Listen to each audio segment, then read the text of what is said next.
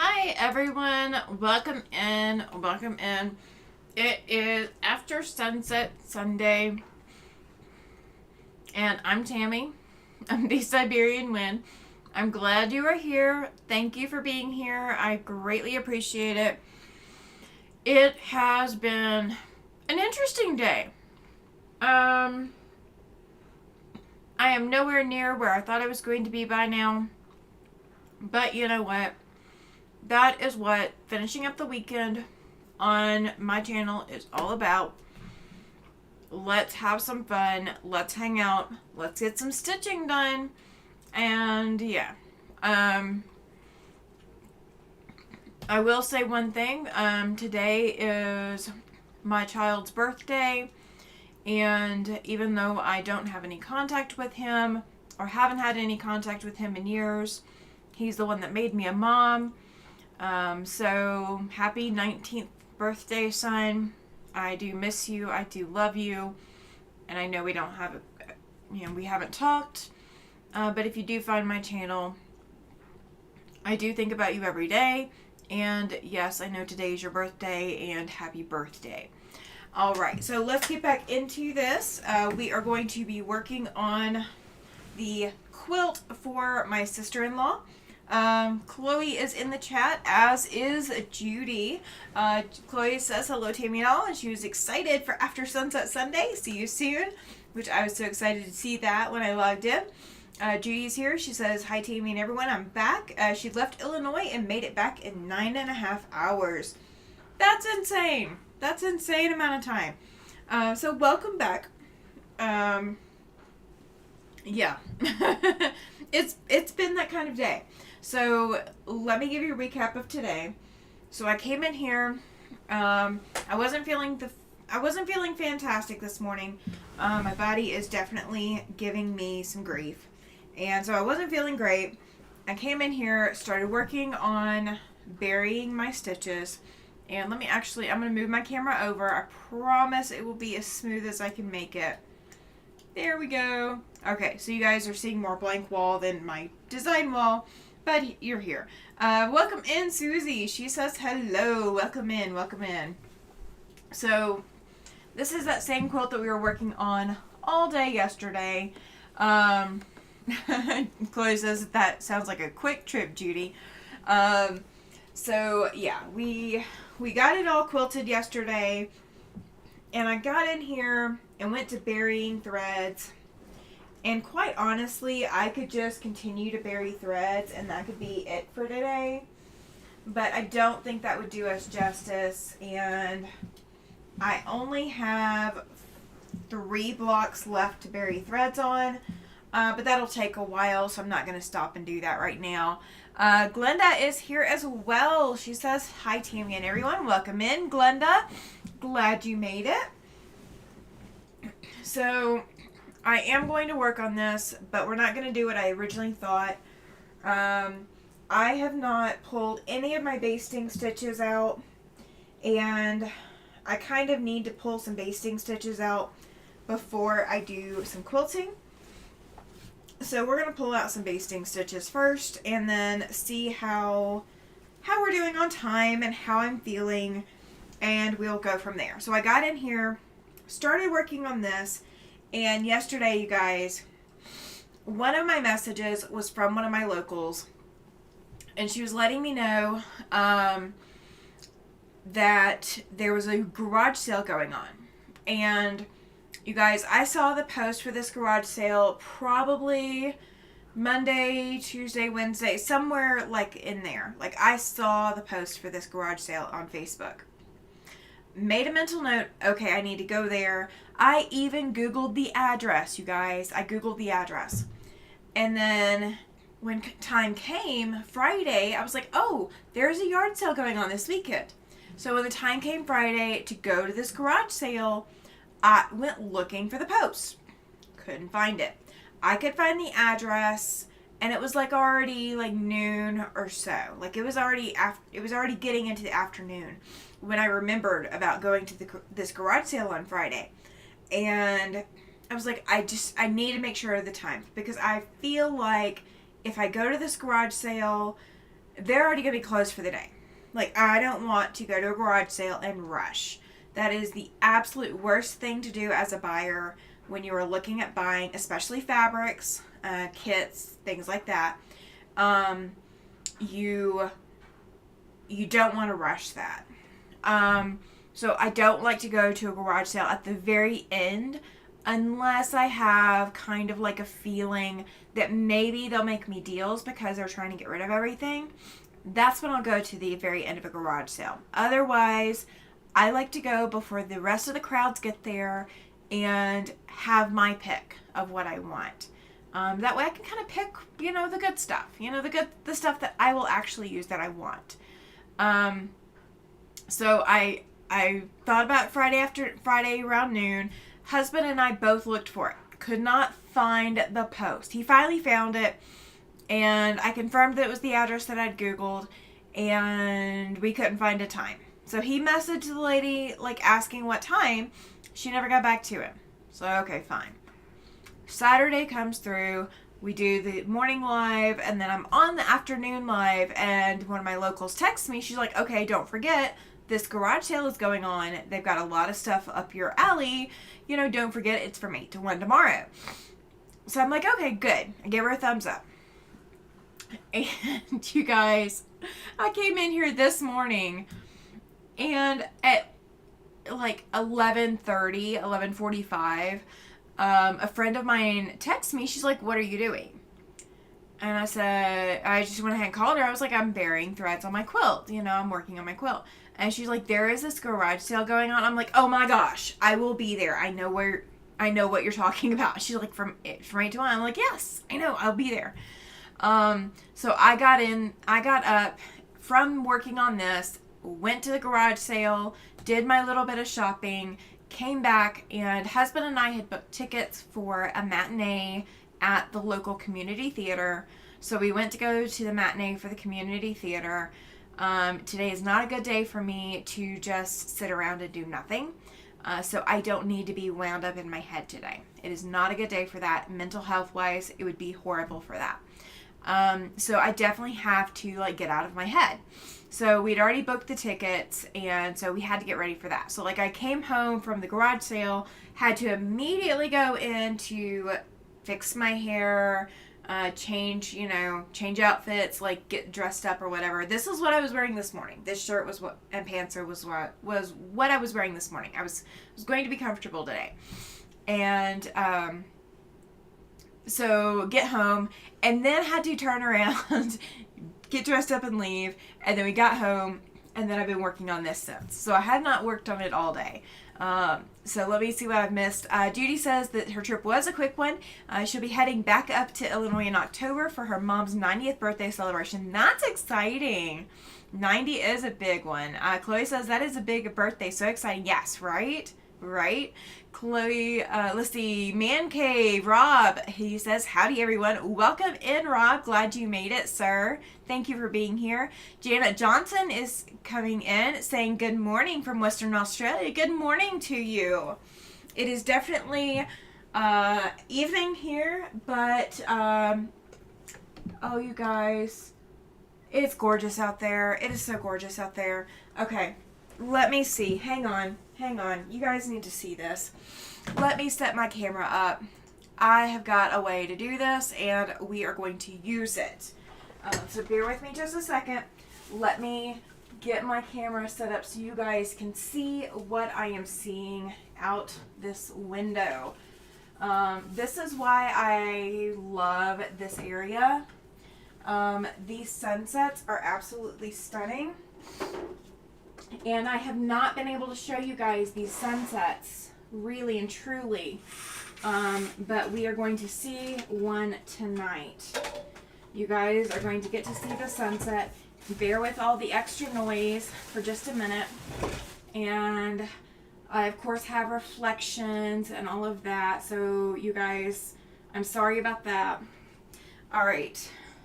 So, let me do one other thing so you guys are actually going to see the actual sunset. Bear with me. Now, I don't want to transition over until you guys are going to see the actual effect. So I'm going to turn my lights off in this room so you guys can actually see the sunset without the reflection, okay? So bear with me just a second, and let's bring over the sunset. So you guys, that is the sunset outside the window right now. I know I really can't, I don't think I can zoom in any on it.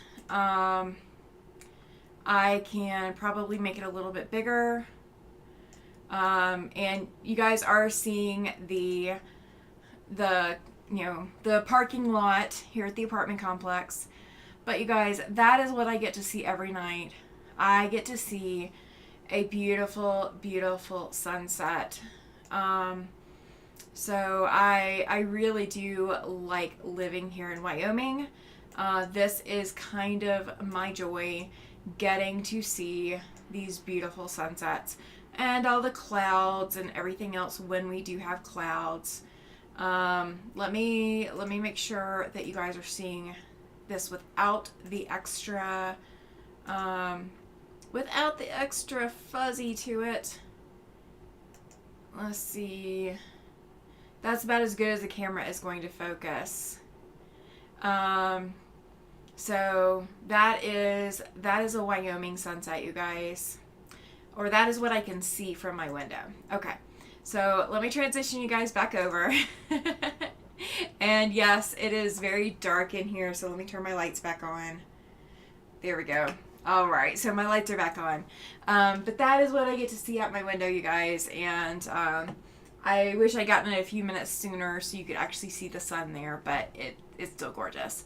Chloe says the morning is more than half over in Australia. Oh, it is 10 a.m. Yeah, it's half over. Sorry for you, Janet. It is half over. Rob says, got my new computer up and running, but it was a pain. I'd sooner would have gone to the dentist to have teeth pulled. Oh, no. And Rob is asking Glenda how she is doing. Chloe says, glad you got your new computer, but the dentist, no fun. I agree, Chloe. And beautiful sunset, yes. I mean, I get to, like, when it's a clear sky, you know, we're going to have this pink and red going all across the sky. Right now we have clouds thanks to all of the humidity that is coming through right now, but we kind of need it because we're trying to avoid being the wildfire central right now. There are still fires not controlled in the state.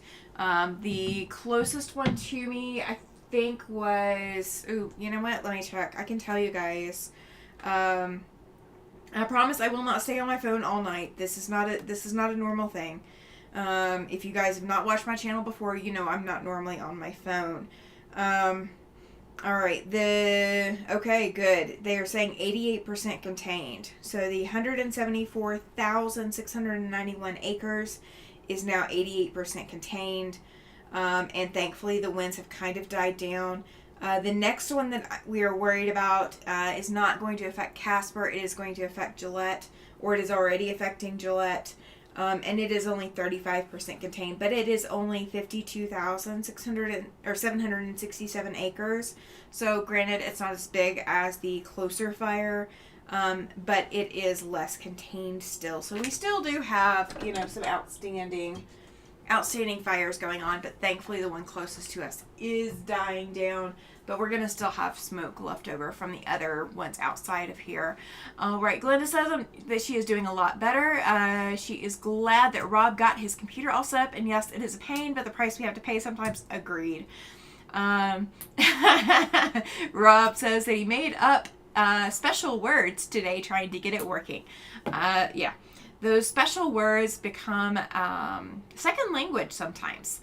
Judy says, oh, Rob, I feel for you. I get a new computer and hand it over to my husband to get it up and running for me. That is the reverse here in my household. So if my husband has to get a new computer, it is handed over to me to get it up and running. But thankfully my dad is still alive and as computer savvy as ever. So I don't even have to deal with it. All I do is I look at my husband and I say, well, call Dad. And he knows when I say for him to call that it is something above my pay scale. And yeah, it's it is all somebody else's problem other than mine, and I'm more than happy to hand that off. Rob says that he won't be able to make videos for several weeks. Oh no. Can you make videos on your phone? Are you able to do like shorts on your phone? Because that might be a workaround to keep your channel going and, you know, not have everything completely die off. As just a random thought, but that would be my next question. Oh, that's sweet, Rob. He says, Glenda's so happy you're feeling better, and he said so as an SEW. That is so sweet. That's perfect for this channel. Oh my gosh, you guys. You are so sweet. You are all so sweet. All right. So, okay. Let me grab the camera back here so you guys can see. And I had to move my drink earlier, so I apologize. All right. So, the basting threads that I have pulled out, there is a polyester thread. That is the one that's the long one. When you see these little bitty thread pieces, those are from wash away thread. So I baste my quilts. I do baste with polyester, usually because that's what I have handy. But I also baste with wash away thread on the back. So when I go to baste a quilt, I don't have to worry necessarily, because one way or another, the wash away thread will wash out and I don't have to worry about it hanging around and causing a problem later. I just have to put enough water on it to get it to dissolve. It will dissolve, and this has been basted in here since April, so it's probably been humid in here a few times, so that makes it easy for me to pull out this top basting thread. And the other is just kind of disintegrating in the layers, because again, wash away thread isn't designed to hang on for dear life like polyester thread is. It is designed to quite literally dissolve into nothing. You do want to make sure, if you do use wash away thread, that you do label it as wash away thread. You do not want to accidentally use it in making clothing, unless you are designing something that is supposed to dissolve or fall apart or, you know, disappear on the person wearing it. That is prank clothing. That is not traditional clothing. Ask me how I know. All right, let's see. I love it. Oh gosh, Glenda. She says that she cut her left index finger with a rotary cutter, and she never got it to stop bleeding, but all better now. So clumsy. Yeah, so a good thing to have in your studio, in your sewing room, if you do not have some already, go to the shaving needs department, where they sell shaving supplies for men. Walmart has this stuff, usually, and look for styptic powder, STYPTIC, styptic powder. Styptic powder is designed to stop bleeding. I actually have it on hand in my dog's nail grooming kit, because if you accidentally quick a dog, if you trim their nails back too far, they will bleed all over everything. Literally, they will not stop bleeding for a while. So it is very important when you are grooming dog nails that you have something to stop the bleeding, and styptic powder works really well. You can also get it in a pen or pencil-like looking thing. I have not personally used the pencil looking thing, but I have used the powder. And you just stick whatever is bleeding. If your finger's bleeding, stick it in that powder. I don't know if it stings, so don't ask, I don't know. But stick it in that powder, it will stop it. It will absolutely stop it. Rob says that he doesn't know how to make shorts. Okay, I can help you with that, Rob. if you have access to YouTube on your phone and you can sign into your account, I can send you information. Do you have access to your email on your... Do you have my email? If you don't have my email, drop me an email real quick. If you have access to...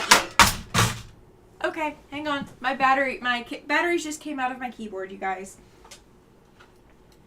This is a klutzy Sunday, okay? So we will be careful what we actually decide to do today. Glenda did it with her rotary cutter. I'm doing it with the keyboard. Yeah, we're gonna be careful today. She wrote it on the list. Good. Yes, you need some styptic powder, especially if you are prone to bleeding or prone to klutzy. You know, go ahead and put that in your first aid kit. Rob, send me an email. My email is now in the chat if you don't already have it. Send me an email and go, hey, you know, hit me up for the... Okay, it is working. Okay. So send me an email through your email and let me say I need help with shorts. Just put that in the email and I will do a video of how to get there, and I will use my account so you can see how I get to doing a short, and then you can see if that works for you. Do you have Android or iPhone? That, I guess I should have asked that earlier. Android is what I have, but I can see about doing it with an iPhone. I can see if my husband will let me borrow like his tablet or his phone, and sign in, and we'll work on that. Judy says I'll get super glue that you can seal the cut.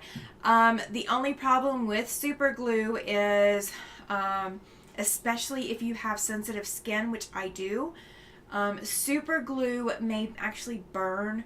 So in addition to having a cut that obviously needs to stop bleeding, and you know, super glue would be a last ditch effort, you do have Android. Okay, perfect. So what I will do on my phone should work on your phone. That way you can get to doing shorts. You can actually do your videos from them. I'm not sure how to turn the angle. Like my last video that I did, I somehow screwed up the angle. So like it was up and down versus sideways or something. But there is a way to do it. I just don't remember what I did wrong last time. But I will walk you through it. Like I'll send you a video of me doing it on my phone. That way you can do it on yours. But yeah, so super glue will possibly burn wherever it's applied. So even though it will seal the cut, you may end up with a secondary burn on the outside of the cut, which may slow down your healing time. So that's the only caveat with using super glue. It does work, but some people can be burned by it. Chloe says that she found she has some wash away thread in her thread stash. Good tip.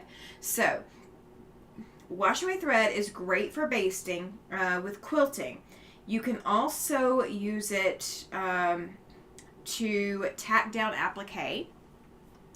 So if you are playing around with applique or whatever and you're not sure about your placement, you can always use the wash away thread to baste it.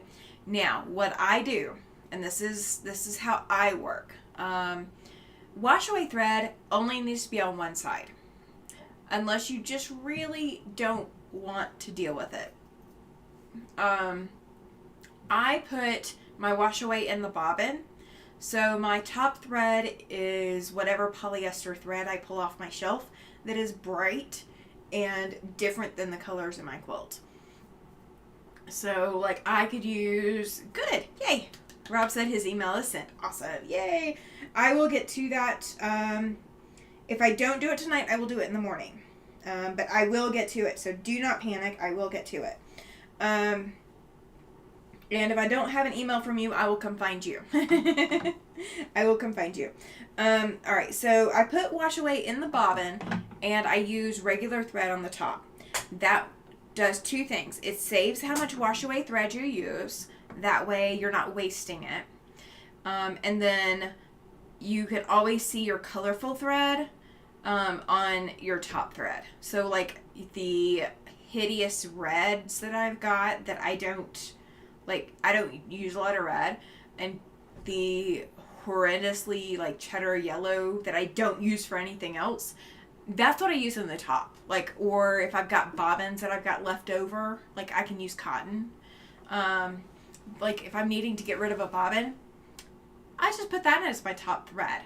And then the wash away is in the bobbin. So, you can do it that way. If you've got spare bobbins, if you decide you need to use wash away in the top and in the bobbin, so you need to use it on both sides for whatever reason, if you decide you want to do that, then you've already got your bobbin wound. And because wash away thread is really, really fine, it's not as thick like this Gutermann cotton that I've got on here right now is super thick compared to wash away thread. Wash away thread is like a 80, 90, 100 weight, something like that. It's really fine. So you don't need a heavy thread to go with it, but you can use a heavy thread. It will not kill it. Just keep it in a Ziploc bag.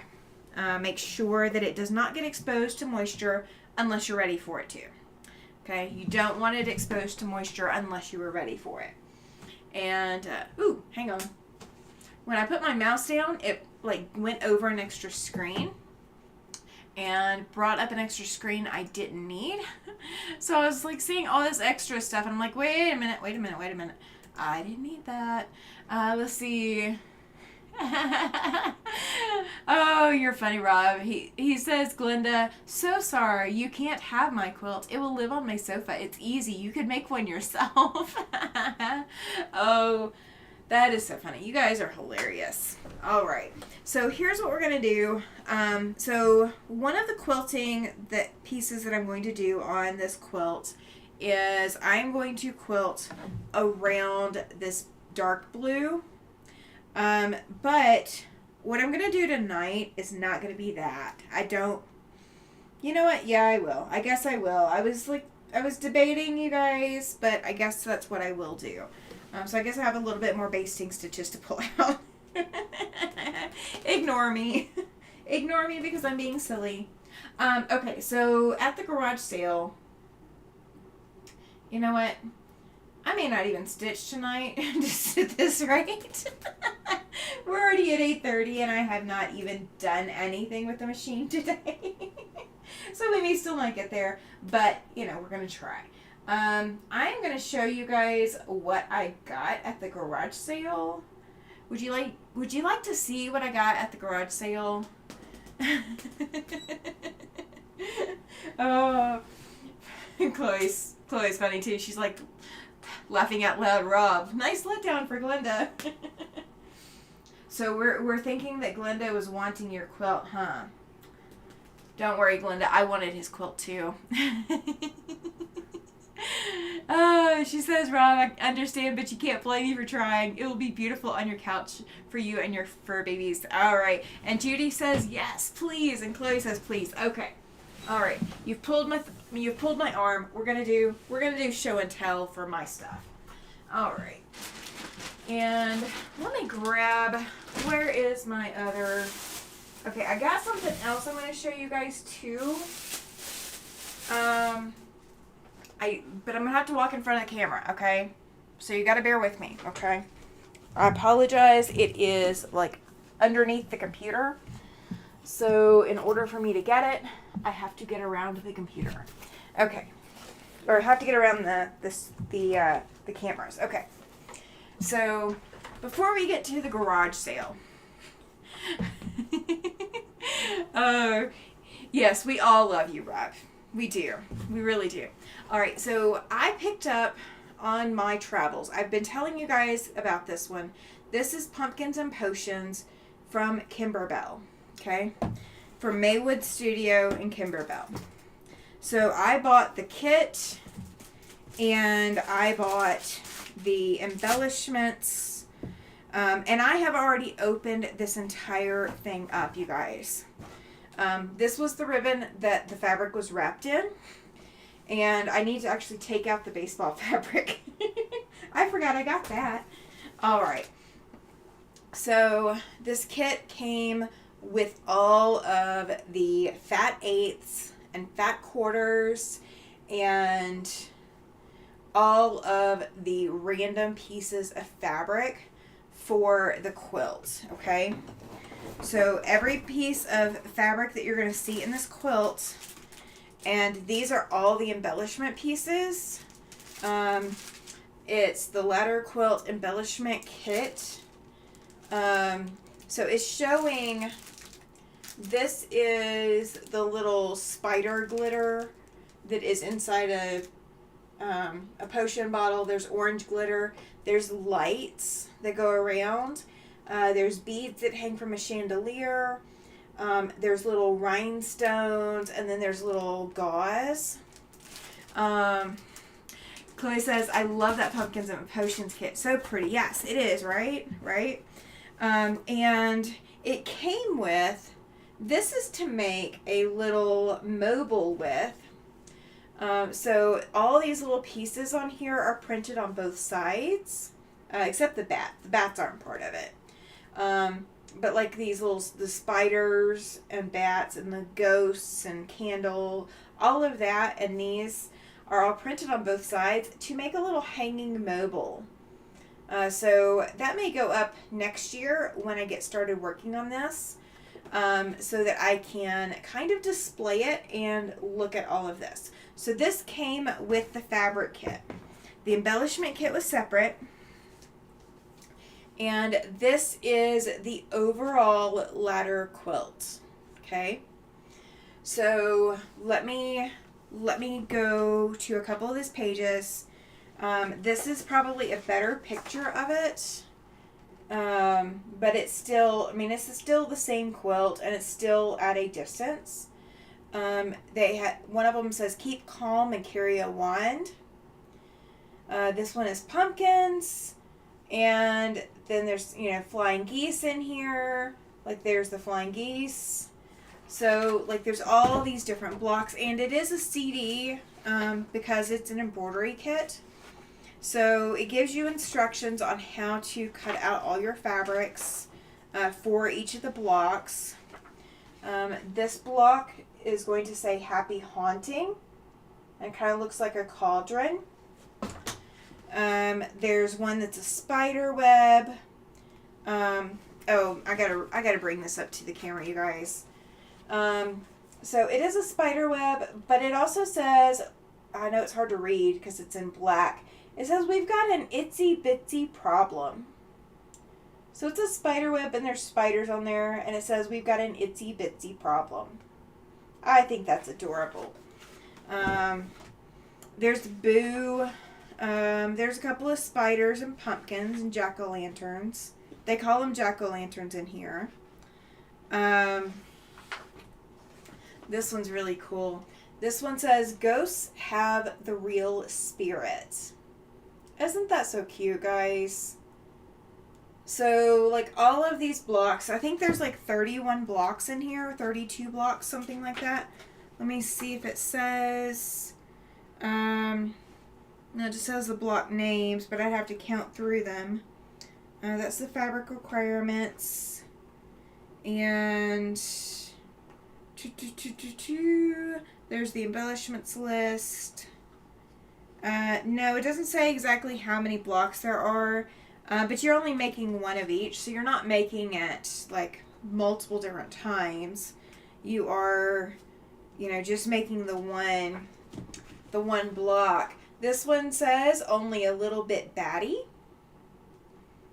So it's got a little bat on there. I'm not into all the witchy stuff. Like, I don't even dress up as a witch. But I do really kind of like some of these spooky stitches just because they're different. It's not necessarily that, I'm diehard Halloween. But Halloween, you can be anything, and I kind of like that. This design has rhinestones in it. So if you see these little specks in the yellow stars above the cauldron, those actually have hotfix rhinestones in there. Chloe says, I watched an influencer sewing it up and she used vinyl for that orange with the ghost. Let's see, the orange with the ghost. It didn't say that it was supposed to be vinyl on that one. Oh, the bat. Yes, now it's a glitter vinyl. There's a glitter vinyl that is included in the embellishments kit. So yeah, there is that. That one is like that. Alright, so this 31, you see all these yellow marks around the outside of it. Those are actually lights. That's what the lights are for. So there's a little pocket that you sew on the back, and you cut slits in the quilt to feed your lights up into the front of the quilt.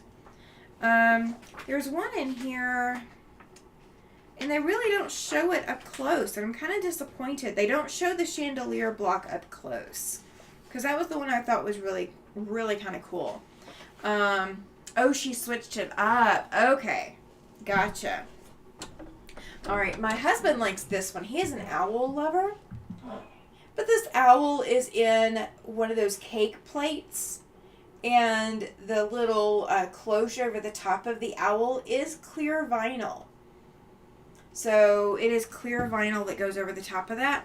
I'm not going to be able to stitch this year. This is going to be a next year project. I do not have the time to do it this year. I really wish I did, but I don't. The Spooky Potion, this has also got clear vinyl on top, and that orange that's inside the bottle is actual glitter, you guys. So that comes in the embellishment kit, the little orange glitter. I find that just stinking adorable. There's one that says take at your own risk, and then fresh spider cider. So they're little potion bottles. Glenda says, love the owl. I do too. I didn't like owls before I met my husband. And like, they're not my animal. They're not, like, I like polar bears. Polar bears are my thing. But he likes owls. And so, it is what it is. What am I going to do, right? So they do have the felt bats that you make. You make felt ones. Those are kind of hard to see because they're printed so small. But then you also make lace ones. These are going to be freestanding lace. So, you want to make a potion quilt someday? Oh, that'd be so much fun. It really would be. I mean, I'm looking forward to doing this one. Okay, here's the chandelier. I find this adorable, you guys. So each of the candles has hot fix rhinestones in the top, so the candle is going to glitter a little bit, and then this beading is actual beading. There's a beaded chain thing in the kit, and then there are little pendulum or pendants or whatever they're called, the little hang downy things. I'm sorry, the hang downy things, whatever they are, the little beads that hang down. They are oblong shaped beads that are going to go on to that chandelier. And of course there's tips and tricks about how to do all of this the right way and all of that. And yes, I have an embroidery machine, so I'm going to have to put the embroidery module on it. But I am looking forward to starting that, you guys. But I can't start it until next year because I do not have time this year. I have the other Halloween quilt. I like the bats also, says Glenda. Yes. And the nice thing is, because I have the kit with all the embroidery designs, even though I will be done with all the fabric in this kit when the quilt is done, I will still have the embroidery designs so I can come back and do the embroidery again. So if I really like how the bats stitch out, I can go in and stitch out as many bats as I want. As long as I have enough thread and stabilizer, I can stitch out as many bats as I want. And that's one of the things that I do like about embroidery designs. When you find a good one, if it's something that you can reuse, absolutely reuse it. Alright, so I forgot I got this. I got this fabric. This is Baseballs. It says USA, and then the darker ones are Stars and Stripes. It's got the blue with the stars and then the stripes. So this USA Baseball fabric, I bought this to do borders on a baseball themed quilt for a raffle for next year. So this needs to go on my to-do list. I do have a calendar that I just picked up that I'm going to do all of my quilting stuff on, and then I will transfer bits and pieces of it as we're going to my main calendar that I see every day. Speaking of my main calendar, I did finally find one that I am okay with. And I did buy it at Hobby Lobby just because there was no place else in town that had 18-month calendars. So this one says, focus on the good. So it has it both in print and then script. And so it is an 18-month calendar and goes all the way through December of next year. Choose kindness, it costs nothing. Make today unforgettable. Like all these like inspirational things. Create the life of your dreams. Things like that in the calendar. So this is my everyday calendar that I'm going to carry with me for doctor's appointments and such. I wasn't planning for that to be part of my show and tell, but it's there. All right, so you guys, I told you I was going to be doing the Harvest Fall wall hanging quilt, and so I'm probably going to start that in the morning, or I will start it Tuesday after I get back from an appointment. So one or the other. So this is going to be a fabric in the quilt. It is also going to be my outside border.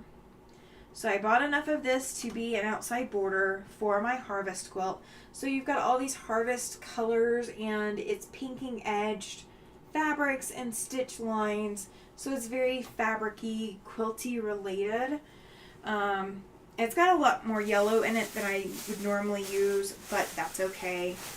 I'm going to use an inner border of this green, and this is also, again, Hobby Lobby, because that is where I was able to go buy this. My inner border will be this, and my binding will be this. So we're going to have these two right next to each other. So we're going to have this border as an inner border. We're going to have a thick outer border, and then we're going to have another binding of that. Both of these fabrics are also going to go into 2.5-inch strips for jelly rolls. So those strips will be in the quilt as well, so they're not immune to getting cut up. Alright, so there's one kind of odd fabric in the whole pile. Rob says 11 watchers and only 4 thumbs up. Let's show Tammy some love. Thank you, Rob. I appreciate it. Alright, so this fabric it does have a blue background, but it has a lot of leaves, and it has like a gold metallic tinge to the borders. So that is going in as jelly roll strips only. All of the rest of these are jelly roll strips only. Okay, so I bought a half yard of each of these. So if you were looking through your yardage, you don't have jelly rolls already cut, look for half yards, because then you can cut the most number of jelly roll strips out of them. You will have some jelly roll strips that you're not going to be using this, but then you'll have enough for your quilt. So this fabric has the famous red truck and the white truck with the pumpkins. It also has the barn and the fall trees. So it is kind of like a panel print, but it is going to get cut up into the 2.5-inch strips as well. So you may not see the full print in the quilt, but that's okay. This piece is going in there as well. This is a beige kind of tinted color. And it's got wheat leaves or wheat fronds in it, however you want to call it. So there's that. That is going in here as well. All of these are. This fabric also has the metallic accents. So if you like the metallic accents, Hobby Lobby does have that going on right now. Rob says he likes the fabric with the leaves. Are we talking the blue with the leaves? I do too. And it's kind of the oddball out because it's the only one with that blue in it. But it will look fine. It will look fine. Once you're combining all of these, it's not going to matter. So this has the cornucopias on it, the sunflowers, the pumpkins, the corn, the leaves, the acorn squashes, the apples, all of that kind of thing in here. So that's what this one has. And this has the metallic accents as well. So it will go well with that blue background. There's also this black background. Now this one does not have any metallic accents. So if you don't like the metallic accents, this is a good fabric for it. But it is that very dark black. I mean, we're talking black hole black. It's that dark. And then all of these beautiful fall colors in these leaves. So that is going in here as well. This is a fabric that Hobby Lobby had last year, and I actually used this fabric for a mug rug for someone who likes harvests in fall. So this has teal, white, and orange pumpkins on it. And I kind of thought that it kind of embodied the fall theme without being overly fall, especially having the teal in there. So it brings the teal color in, which is easy to work with. Rob is like, oh, the black is great too, right? I love it. This one, again, when we cut this up into 2.5-inch strips, you're not going to be able to tell that these are scarecrows. Okay, so these are like so there's different scarecrow motifs on this. This one is, she's sitting with a basket of apples. This is Autumn Farms. This one is a boy scarecrow sitting with a pumpkin patch open daily. This is the girl and the boy sitting together. She's got the apples, he's got the pumpkins. So like all kinds of, and this one's kind of like a recliner because it's sitting in a wagon or a wheelbarrow kind of look.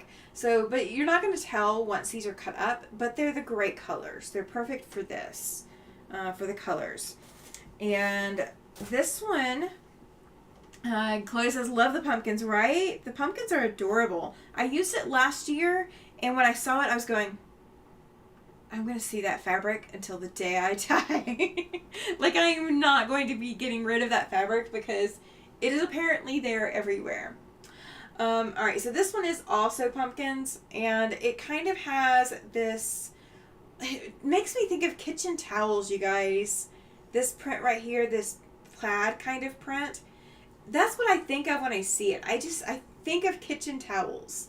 But these have, the pumpkins and the acorn squash and things like that.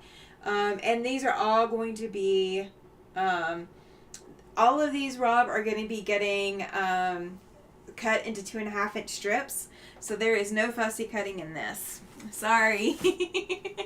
He's like, fussy cut the scarecrows. Nope, can't do it.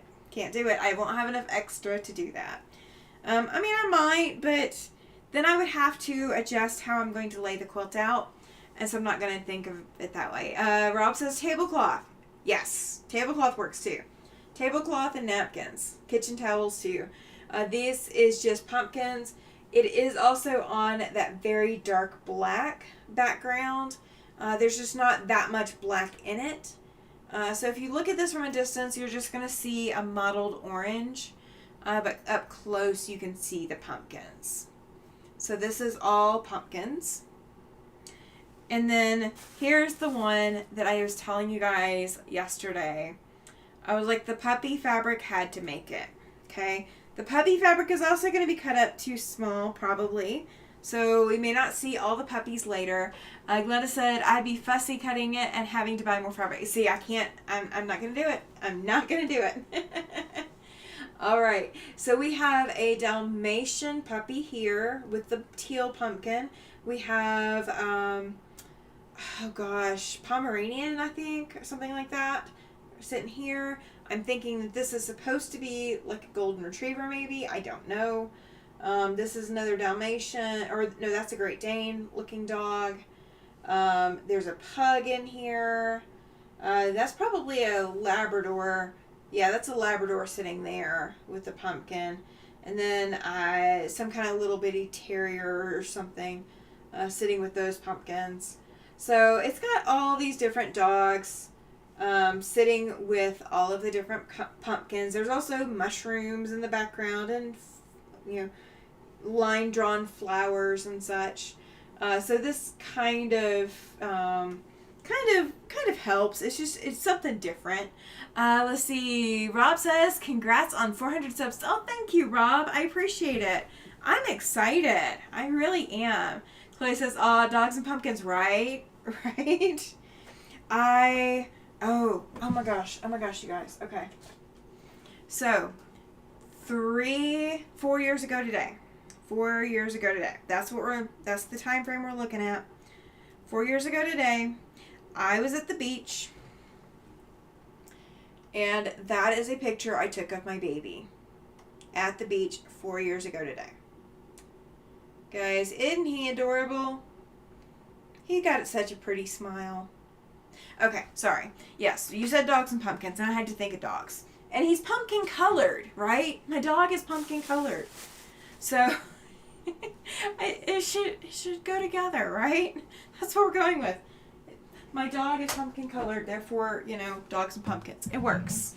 We're going to go with that theory. We're going to go with that train of thought. All right. So, Rob says handsome, right? Isn't he? He poses so well sometimes. Other times he is a complete, absolute goof, and he does not pose very well. But there are times that he does pose. All right, so garage sale. What I got at the garage sale. I bought 2 bags worth of products. I'm not going to say how much I spent because I really think that these people were overcharging, and I haven't looked up the other thing to know kind of what we're looking at price-wise. So this bag right here, it is scraps, okay? So before you get on me, it is scraps. This is a bag of 2-inch strips. They're not jelly rolls. They are not jelly rolls. They are only 2 inches wide. And it may actually not even be a full 2 inches. I do not have a ruler, I don't think. Let me see. No, my rulers are all away in other parts of the room. Actually, I have a mat. Let me lay it on the mat and see. Okay, yeah, they are 2 inches. Okay. So, it is quite literally, you guys, just 2-inch strips of anything and everything. And it's all cotton, so it's all okay to put in a quilt. See, here's a black one, and this one's actually a little wide, so this may be 2.5. I mean, it's bigger than the others, but that's okay. I'm just gonna stack it all together. Like this looks like some kind of jungle fabric or something, and I don't know. Maybe it is with the I guess it is with the fabric. It looks like for the most part that when these strips were cut, they were cut straight. So, I don't have to worry as much, I'm hoping, about these fabrics being cut straight. This bag, they labeled it as having 176 2-inch strips. Okay? So, you might ask, why would I buy a bag with all of these 2-inch strips? Well, when you are looking at doing strip quilts, you don't necessarily have to have 2.5-inch strips, okay? So a jelly roll is 2.5-inch strips. Make a scrappy string quilt with the strips. Yeah, that's kind of what I'm thinking. I mean, it's literally, I already have a good supply of 2-inch strips and 2.25-inch strips in my closet. So I already have a good supply of strips that are like that. Okay, see, this is not, this one does not qualify, okay? This is like very narrow at this end and very wide at that end. So this was not cut properly.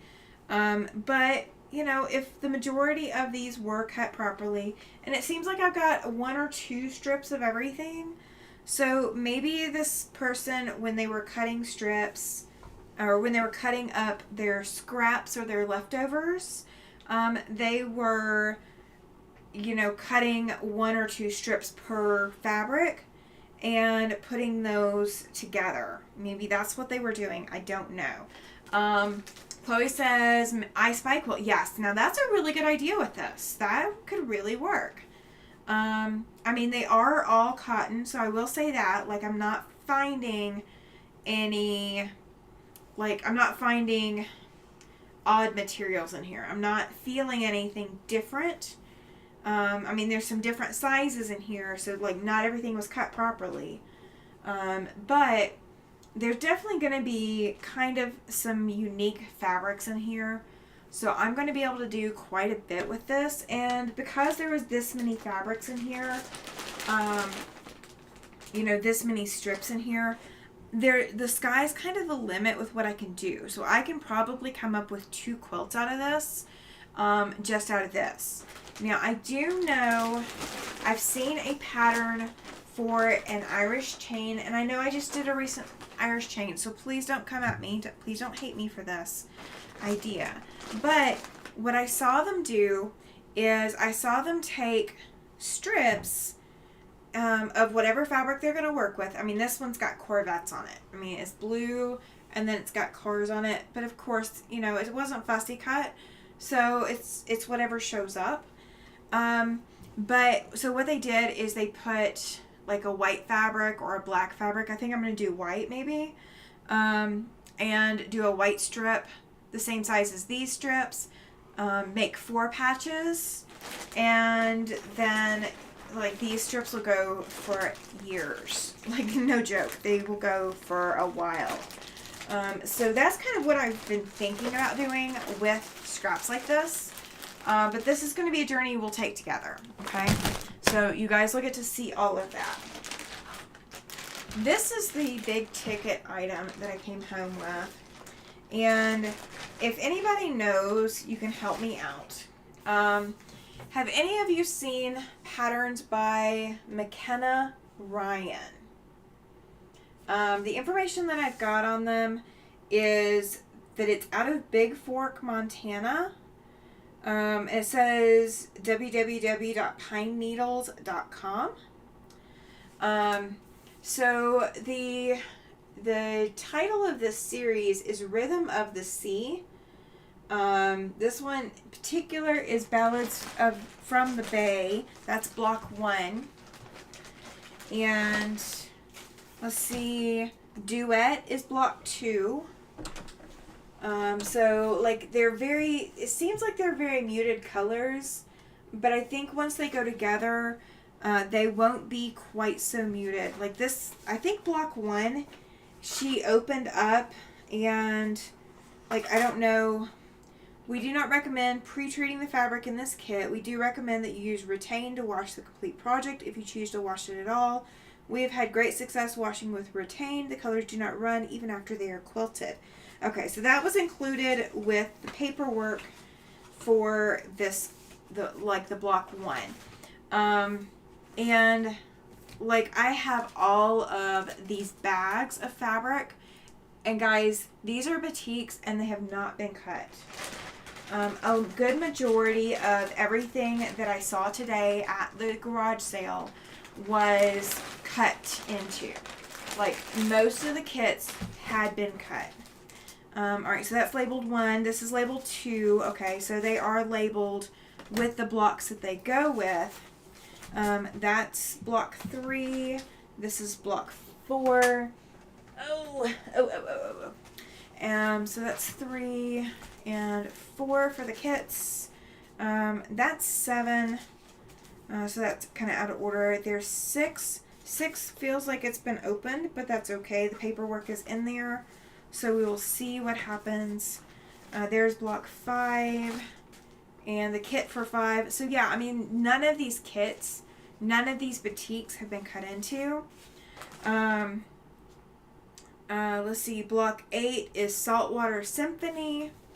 But so here is the finished quilt, you guys. So there's the orcas here. There's this underwater scene here, the above water scene here, underwater again here, partial ground, mountains, and then a tree. So all of these blocks are applique, is my understanding. So it's going to be majority applique, and I really do need a skill builder quilt. I have got a major applique project on my agenda, and I have not done anything about getting closer to doing it. So what is included in all of these is it tells you the materials needed, and this is really fine print. This is small print, you guys. And this one gives you the final layout of everything. If you're putting everything together, or if you're just doing just this one block. So you could do one block at a time and do all these different wall hangings, or you can do them all as one kind of finished quilt. So I'm not going to be I'm not going to have to be limited on how I do that.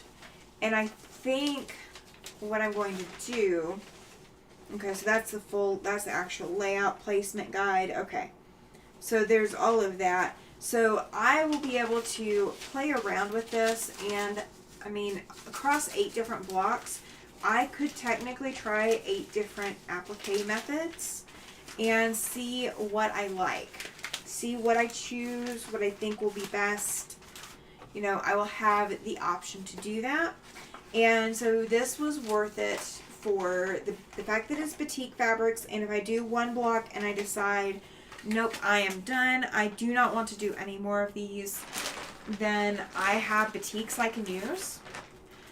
Or I can pay it forward to someone as a block, a block kit or something. This is the block 8 with a finishing kit. So you guys, all of this, it was in one bag. So all 8 blocks with the patterns and all 8 kits with the patterns. Rob is saying, Tammy and friends, I'm going to call it a night. I'm knackered. Have a beautiful and blessed evening. Hugs to you all. Absolutely. Thank you, Rob, for being here. Appreciate it. Chloe says one block on Etsy is $12. Okay, so 12 times 8 is 96. So I will say I paid less for this in its entirety, plus the strips, than what each one of these would cost separately, buying them separately. So I'm not disappointed with what I came home with. They did have a bias tape maker. One of my friends was there. The lady that called me rode with the other friend that was there. And I helped that other friend get a really fantastic deal on the bias tape maker. If you guys have not seen a Simplicity bias tape maker, please don't pay more than $30 for one if it is brand new. If it is used, don't pay more than $20 for it, because you want to make sure that it's going to work first and foremost. But you can feed your cut strips into it. And they will come out the other side folded into whatever size your tip is for making it. So if you're only making one quilt every quarter or so, it's probably not going to be a benefit to you. But if you're doing a lot of quilts like this one friend is, she's probably doing 12 quilts a year, then it would actually help. When I go to make bias binding or binding, I'm usually doing 3 quilts at a time, or I'm doing 3 bias tapes at a time, so it saves me a lot of time and effort because I can get those 3 bias tape pieces folded and pressed the whole length in the amount of time that it would take me to do just one. So I can get 3 done in the time it would take me to do one. So that is absolutely worth it. Glenda says, good night, Rob. You have a blessed night also, and hugs to you. Absolutely. Yes, we're all going to send Rob's hugs, and I will send him an email later with a video so that he can make sure he can do some shorts and do some videos. So absolutely want him to be able to keep in contact with everybody and still be able to post and share and everything else. All the fun stuff, right? Got to do all the fun stuff. Alright, so I think I am going to try to at least do 1 or 2 rows. Kathy has joined the chat. She is from My Hobby Home. She says, hello everyone. Welcome in, Kathy. Glad you made it. I caught your November and December 2023 Creative Notions box opening. I think that's what I just watched earlier today. She says, I know I'm catching the tail end. Oh, we've done my haul from today and the last couple of days. And actually for my trip, to Cody. So we've done a little bit of haul, videos, but that's okay. You are still not super late because I am still going live. I'm still staying live. We are going to do some stitching. It is about time. I have put it off all darn day. So we're going to finally do some stitching. I'm going to increase my stitch length to 3.0. That is what I am doing for this entire quilt. I do want to keep that consistent, even if I have screwed up a whole bunch of other stuff. Kathy says, ooh, I'll have to watch the replay. Yeah, watch the replay until I call your name. That'll get you the first half. The first half and everything you missed. Alright, so I am going to have to turn this light on, you guys. I'm not going to turn on the machine light because I know you guys can't handle that and still be able to see. Let's see, turn it back to white. There we go. And one more. There we go. All right, that is bright enough that I can see what I'm doing. I'm just get the drink out of the way so I don't knock it over. And so what I'm going to do is I am going to line up my, I do have this set to a single stitch. Like I do not have the zigzag stitch.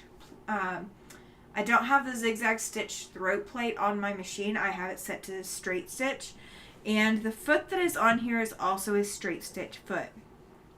So when I want to stitch in the ditch, and I had to look this up the other day, you guys.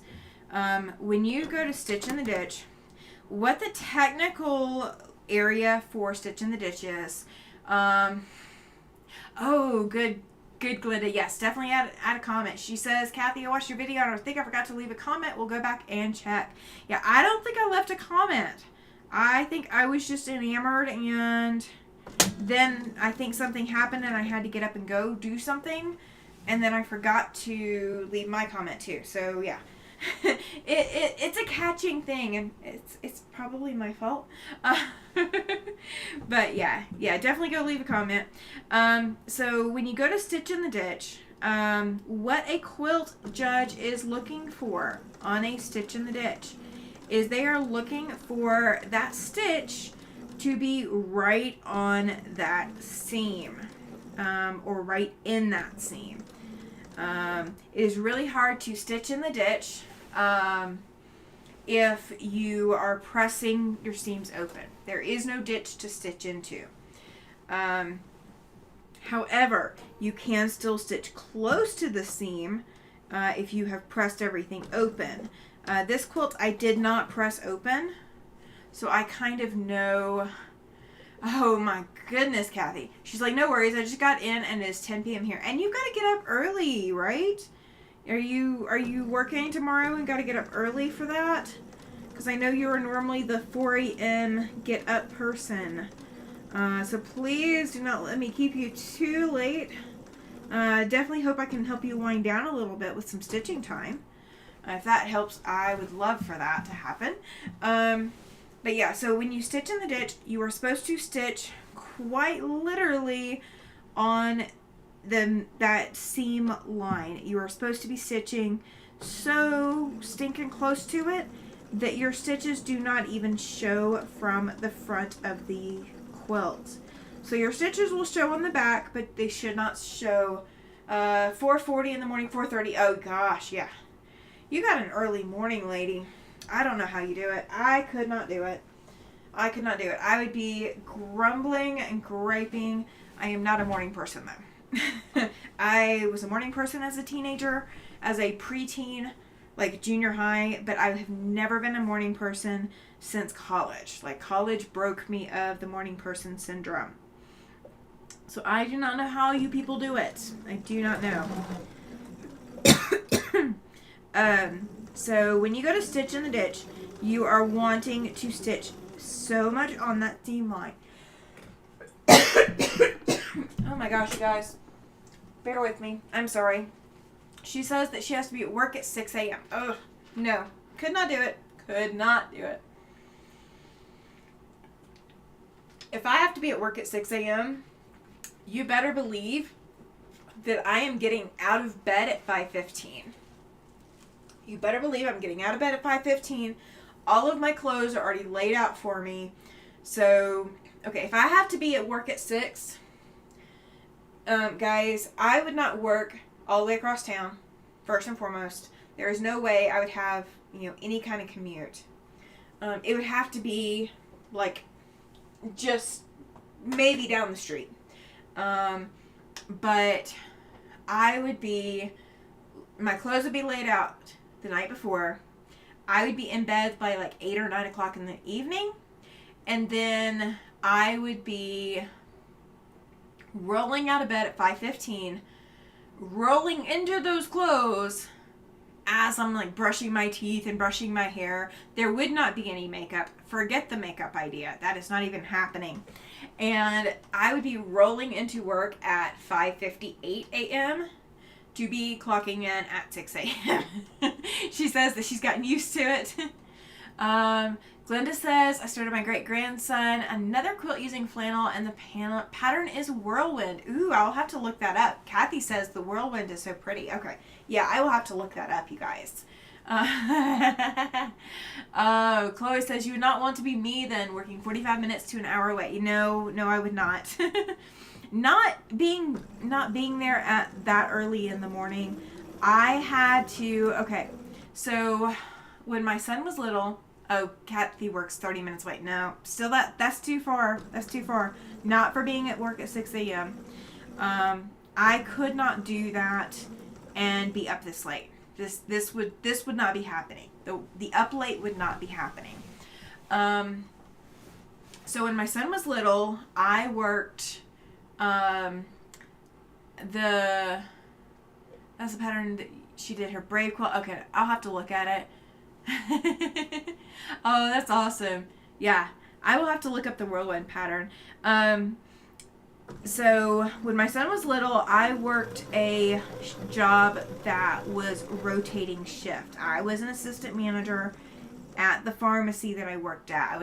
I wasn't a pharmacy manager. I was just the store assistant manager. And so I would close the store one night, and I'd be out of there 10:30, 10:45, 11 o'clock some nights. I mean, if I didn't get out by 11, then we were hurt. I was really hurting. But I tried to be out of there like 10:30 every night at the latest. They wanted us out of there by 10:15.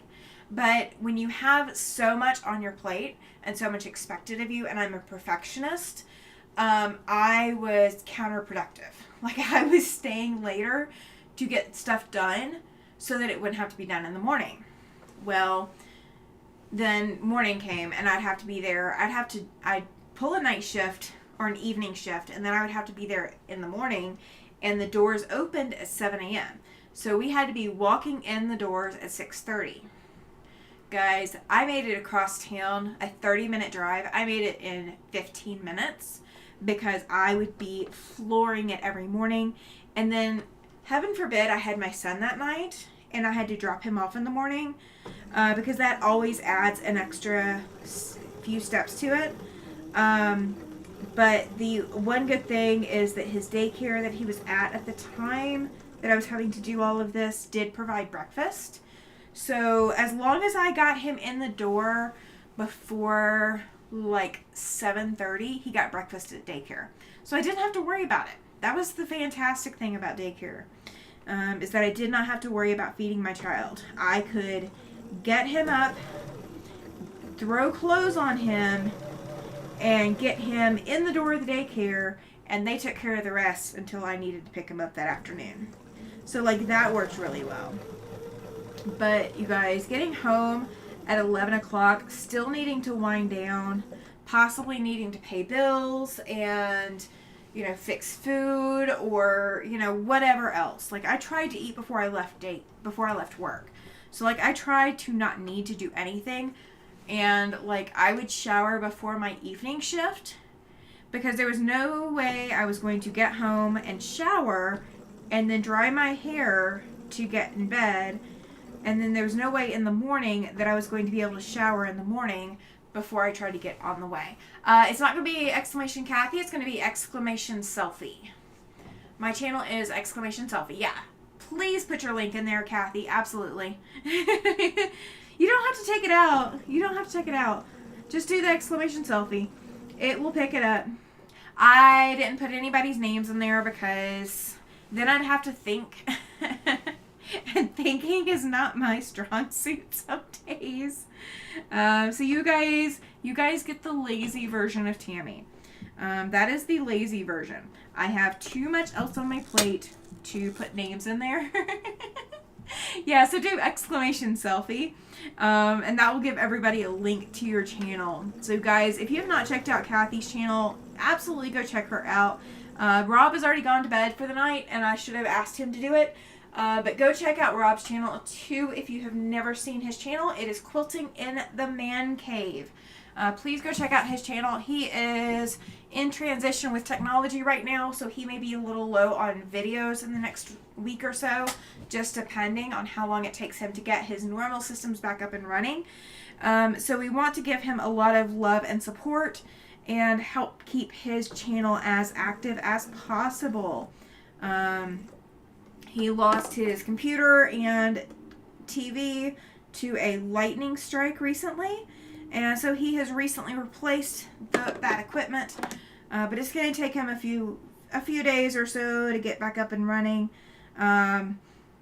before he can get back to his normal posting. And he's always got such wonderful content, as does Kathy. I love Kathy's channel. I love catching your channel, Kathy. I love your accent. I've got to say, I love your accent. Oh, Glenn says, Kathy, I know you had a wonderful time with your grandbaby. Oh, I bet she did. I bet she did. Yeah, when I said at the beginning of the video, the kid that made me a mom turned 19 today. So he was born at 5:02 in the afternoon in Central Time. I remember it because I was there. Kathy says, I love catching. Oh, thank you. Thank you. Have you mentioned my video tomorrow for your November so long? for the land that I love so long? Are you doing that with me? Are you doing the land that I love? Oh my gosh. Please tell me you're doing the land that I love. Oh my gosh. I look forward to seeing what people are doing with that. I really want to start seeing some of these projects that I'm working on that you guys are working on too. I want to see progress. I want to see what you guys are doing with them. I want to see your colors. Glenda says, still haven't got to meet my great grandbaby soon. I hope so. Oh yes, the absolute best. Oh, you're doing Land That I Love with me. Oh, yay. I'm so excited. We may have to schedule like a Zoom or something like that. And do a Zoom collab. And if you've got some time or whatever.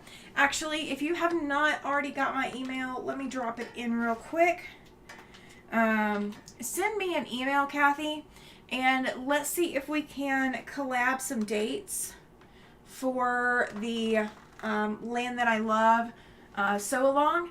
And so I will do some time that's, by myself, and you can do some time that's by yourself, and then we'll have some time during each month or so that we get together and spend a little bit of time working on it. It doesn't have to be a long live or anything like that, but we get together and do something together with it. That would be fantastic. Oh my gosh, that would be hilarious. I think we'd be sitting there laughing our rears off. Because, when you get two Southern girls together, what do you expect? Kathy says, oh, I'd love to. Oh, that's awesome. Yes, absolutely. We got to do it. And we can jump back and forth, 1 month be on your channel, 1 month be on mine, go back and forth. Woo-hoo. I'm excited. So if you haven't already got your fabric picked out, Kathy, you need to be picking out your fabric. Got to pick out your fabric for that. I've got my kit, so I don't have to pick my fabrics out. But you need to pick out some fabrics if you haven't already got them. Oh, I'm looking forward to this. Oh, You have like made my night, Kathy. You have made my night. Everyone can see the right way from you and the don't attempt this at home version from me. Oh, you crack me up. Oh, you crack me up. She's already looking. Oh, yes. Glenda says that will be fun. Oh, I agree, right? Right? So, you guys, my husband is so funny. And Chloe, you are a doll. Okay, so I posted a picture in the Facebook group. If you're not already in the Facebook group, do exclamation group and click the link and go join the group. It is a free group. There's not a whole, like we post show and tell usually, and I post a few things here and there. Like it's not like a super active, you're going to get notifications all day kind of group. It's a very calm, laid back group. But I posted a picture of my husband decorating. Guys, he's decorated so much more than that. That is just that one like section. That is just when we are sitting in our chairs in the living room, the chairs with the ottomans and all, that is what we are seeing. Okay, we are seeing the tree and the fireplace with all the decorations. That's what we're seeing when we're sitting there. Okay, guys, he has decorated the dining room. He's decorated the rest of the living room. Like he's still working on it too. So like my house does kind of look like a construction zone a little bit, but is, oh my gosh, he's working on it. So when I was doing some of this quilt stuff earlier today, was it maybe? I think it was earlier today. So I had, who did I have? I watched Sean for a little bit. I watched Shannon over at Slay Arts for a little bit, and I had Kathy on at one point. And he looks up from whatever he's working on, and I have no idea what he was doing. I just know what I was doing. But he looks up from whatever he's doing, and he's like, did he, or he's like, is that who you keep talking about that you watch from Louisiana? I said, yeah. That's Kathy. She's from Louisiana. And he's like, oh, okay. Yeah, like, no other comments about, you know, the fact that it's that. But he's like, yeah, that's from California, or from Louisiana. And, but Chloe, you actually called him by name, and I didn't put his name in the chat, or didn't put his name on there, so you remembered his name. And I haven't shown him yet, but I will be in a little bit. I'll be going, my subscribers know your name. Oh, it's gonna be so much fun. He is hilarious when he's in the mood to be hilarious. He really does have a great sense of humor. So we went to a play. I gotta tell you guys. All right, so we went to a play, and it is The Marvelous Wondrettes. Okay, it is a musical that is great for like community theater. It's only got 4 cast members in it, so four ladies in it, and they all sing off key. It's intentional. Oh, that makes sense, Chloe. Yes. All right. She said that her husband is Tom also, so it's easy to remember. There's a lot of them out there. There really is. So we went to this play, and they had a sign up about audience participation. Guys, he has been on the board of a theater for a year now. Like, he's been on the board, not this theater, but the other main theater in town. And he really hasn't gotten as much of feedback from the other theater. So, but he likes some of the shows that this other theater puts on. He really does. You know, he is a theater buff, just kind of like I am. I'm a theater buff. I went to school originally for directing. I wanted to be a director. I do not want to be an actress. Do not ask me. It's not going to happen. I will never be the one on stage. Not going to happen. I'm not interested. And it's not that I don't have, I have issues with being on stage, because I don't. Like, I will do presentations all day long. I just don't want to memorize lines, memorize blocking, and try to do all of this myself And I'm super self-conscious. So if I feel like I don't look good doing something, I'm going to be paranoid that I'm not going to look good doing it. Like, I mean, there's just no way for me to get over that. I fully admit that being an actress is not part of what I want to do. I don't mind being in the background. I love being in the background and doing things in the background. But you're not going to get me to be an actress. But he wants to be an actor. He likes that stuff. So that's fine. That's great. So we're there. And there's a sign up about audience participation. You know, audience may be asked to participate. And he kind of goes, oh no. And I'm like, what? You know, what's wrong with that? You enjoy theater. What's the big deal? And so we're sitting at one section of the theater, and he knows like a whole bunch of these people, you guys. Like, he knows the director for this play. He knows three of the actresses in the play. One of them is a new transplant to Casper, so none of us knew her. He knows people. He knows people. And so the director of the play comes up to us and asks us if we would be willing to move to the other side of the theater. It's a theater in the round, so there's 4 sides of seating. So the actors are never, their backs are always to somebody, okay? So, you know, the theater in the round is definitely different than traditional theater, in that you have to be aware that somebody's not going to see the front of somebody. Like, it's going to happen. It's just going to happen. He asked us if we would move to the other side of the theater and if Tom would sit on the end seat. And, you know, we're like, okay, that's fine. I said, well, we will for a pack of M&Ms. Guys, the director brought me a bag of M&Ms while my husband was talking to some other people that we knew. It was so funny. So I'm sitting there, and they are doing this play, and the play is set initially during prom for these 4 girls. These 4 girls are seniors. It's their, quote, super senior prom. And so they're vying for being prom queen, and, you know, they're all performing at their prom, and they're performing all these songs from the 50s. That's the 50s version. That's the prom date. Prom date was in 58.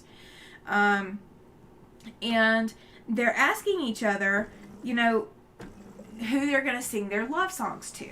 Well, one of the actresses says that she has a secret crush, and she's had a crush on this person this whole year. Like, she's been secretly in love with this person this whole year. She's never told anybody.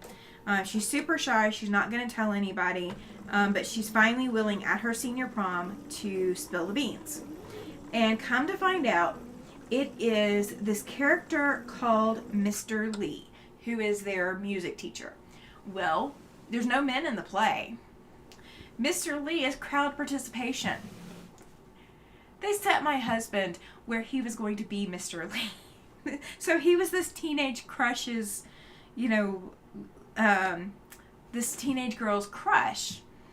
And so after intermission, during that part of the play, they get him up and they sit him on this stool in the middle of the stage, and the 3 actresses that are not having a secret crush on him are spinning him around. Like, they turn him around while he's on stage. And my husband, loving to be an actor, he's eating it up. He's like role playing with it. Like, he's being a ham, absolute ham. So after intermission, we're coming back, and the section of the play after intermission is their 10-year class reunion. Well, come to find out, all of these girls, you know, what happened to their love lives, you know, where they're at in life. One of them is very pregnant, you know, all of that kind of stuff. You know, the things that you would expect at a 10-year class reunion. Well, apparently the one that had a secret crush on Mr. Lee she's been dating him for 5 years. And she is wanting him to ask her to marry him.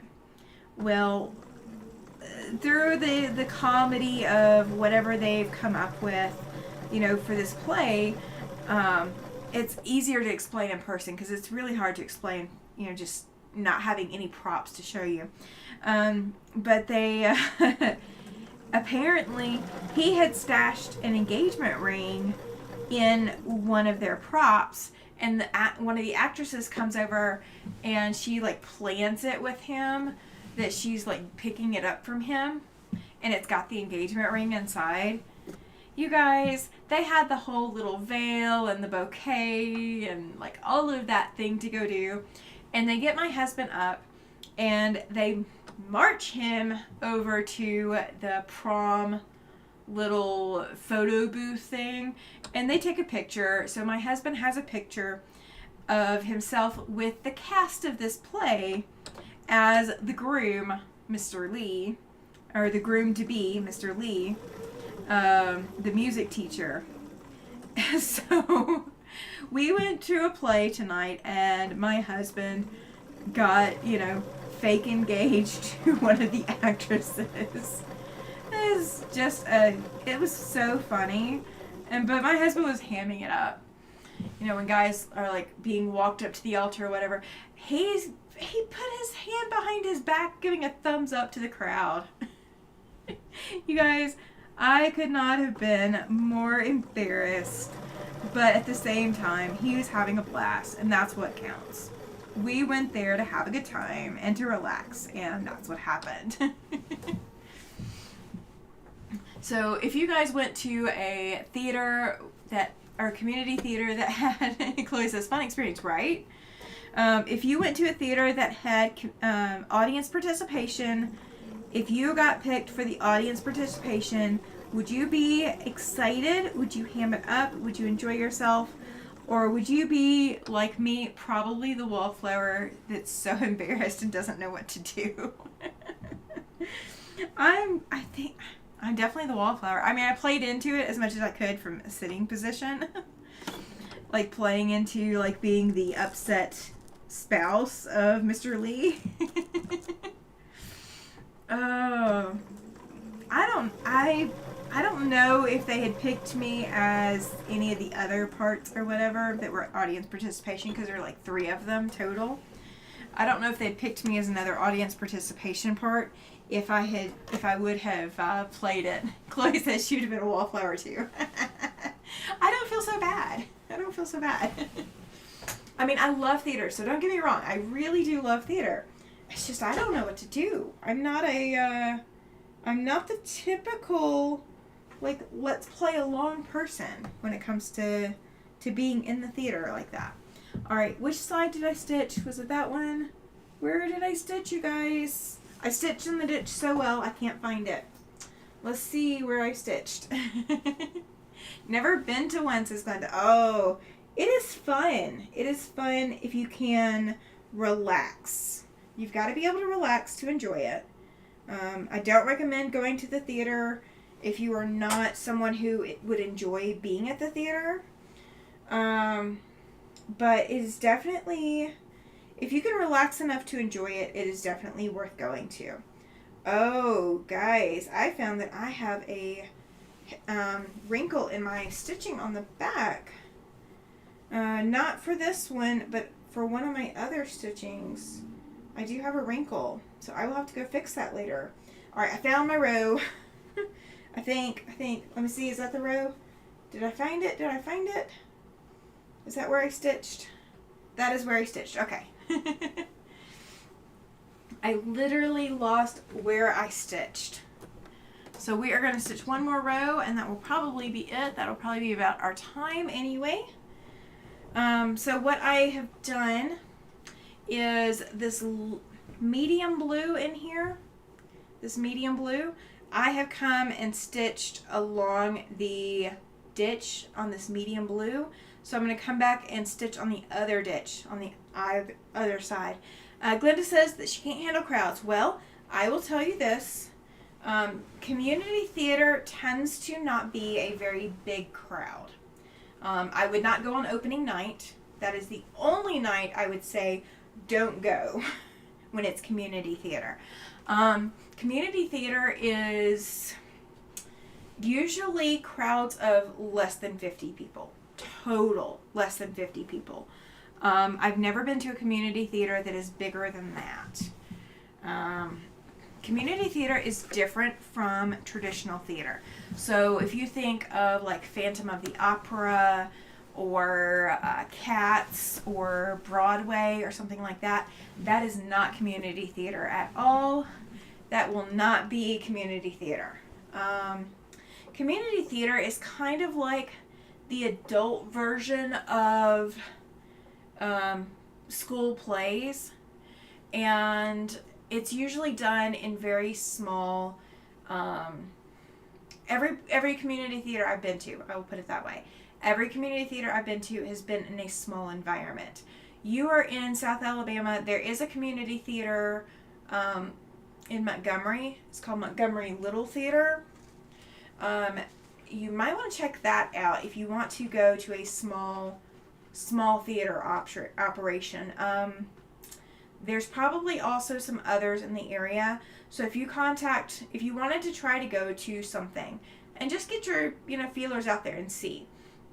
If you contact like Montgomery Community Theater or Montgomery Little Theater, or the Shakespeare Festival or Shakespeare Theater, in Montgomery, they would be able to tell you where a community theater is, and then I would just call ahead. Just go, hey, look, I've never been to a theater. I can't handle crowds. I'd really like a small environment. Where would you suggest that I go to attend a play? And see what you come across. And then there is never, okay, this is for everybody. This is not just for Glenda. This is for everybody. If you are ever in an environment where it's too many people or you are too stressed, get up and leave. Okay? There will never be a situation in which getting up and leaving is going to be more damaging to anyone than you staying and being very uncomfortable with where you are. So, if I was at a community theater and the crowd was too big, I would honestly get up and leave.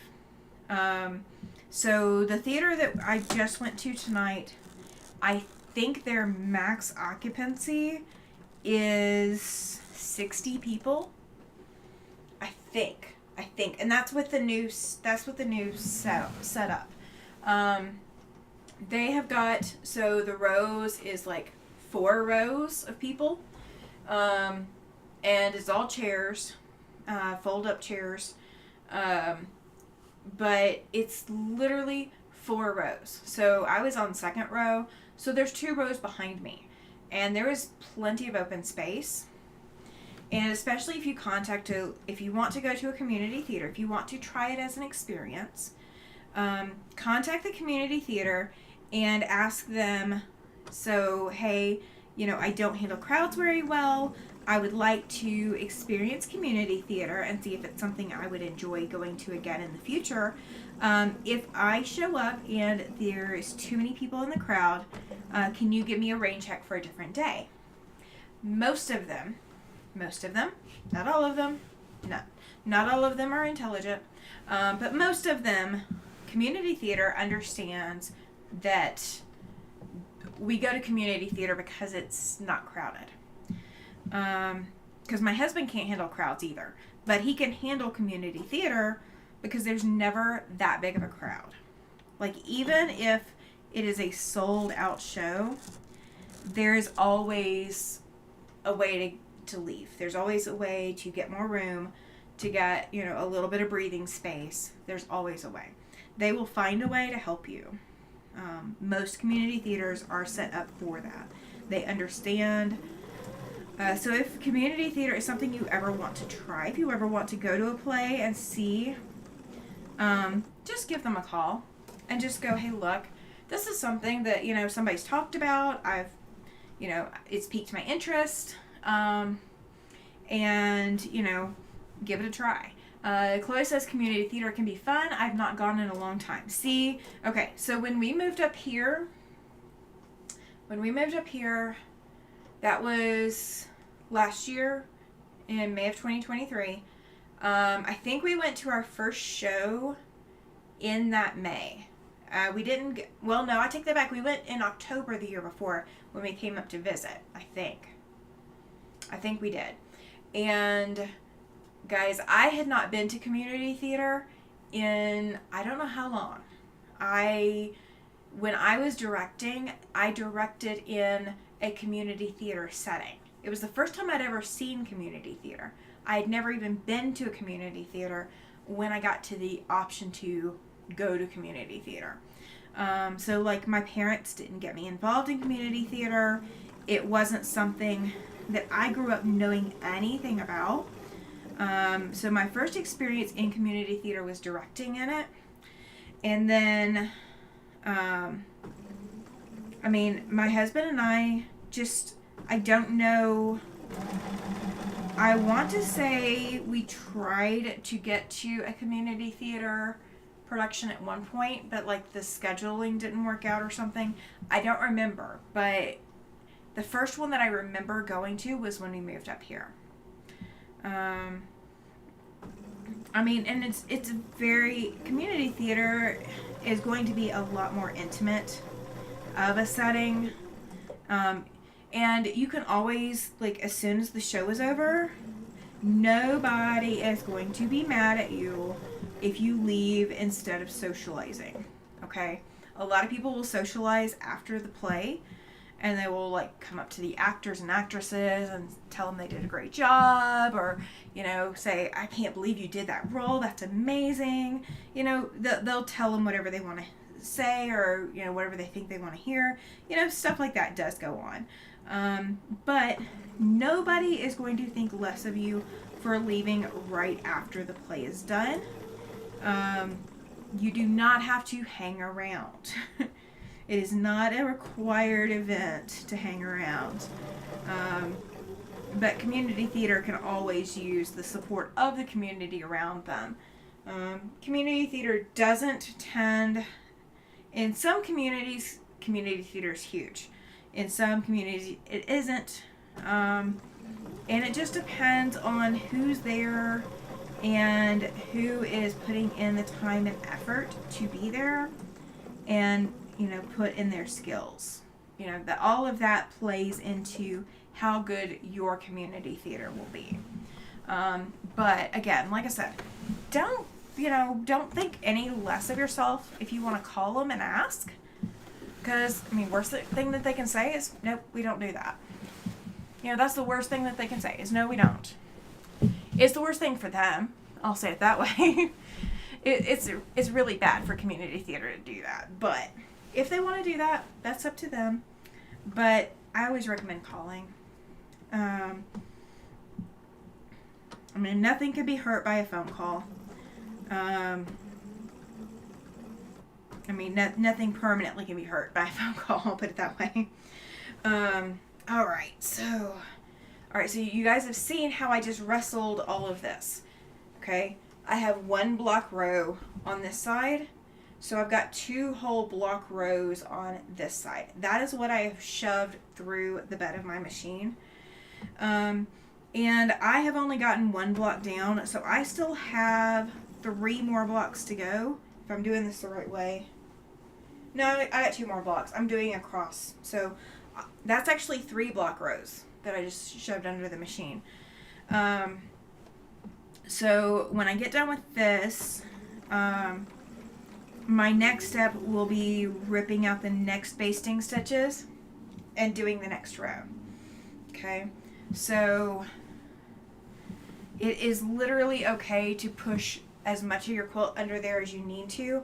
I don't have a lot hanging out here. So like I pushed a lot of it on the other side. So the table behind my machine is actually supporting the weight. That is doing a lot to help. So I don't have to wrestle with it as much. I just have to worry about this section that is right in front of me. All right. YouTube is kind of like community theater. You know, you guys, there's like 10 of you on right now, and I think the most I've had is like 25. But like, if I were the actress in community theater, it's really a quaint community. It's a small community, and I kind of like it. All right, let's see. So I'm going around those squares in the like center. So this blue square that's created by my triangles here, that's what I'm going around right now. So that's why there's a lot of angling to this and pushing the quilt around and shoving it out of the way. All of the rest of that can wait until another time when I am ready to stitch on it. Like, I'm not going to worry about that part of the quilt. Not until it is what is right in front of the machine. Oh. And I do have the dual feed turned on, so when you guys don't see an actual walking foot, it's because it's the built-in walking foot for this machine. So that's why you guys aren't seeing a big, bulky walking foot. Oh. So, okay, while I am thinking about it, Tuesday night, if you've not made a note yet, Tuesday night is going to be a later than normal live. So I am not going to go live on time at 6 p.m. We are going to go live at 8 p.m. I have got the meeting with the power company, the community meeting with the power company. So that's where I will be at 6 p.m. So I will not be live at 6 p.m., but I will be live at 8 p.m. Mountain Time. So for my East Coasters, that is 10 p.m. your time, 9 p.m. Central, 7 p.m. Pacific. So I will not be live at my normal time. It is delayed by 2 hours. Chloe says that her machine has a built-in walking foot too. Yay!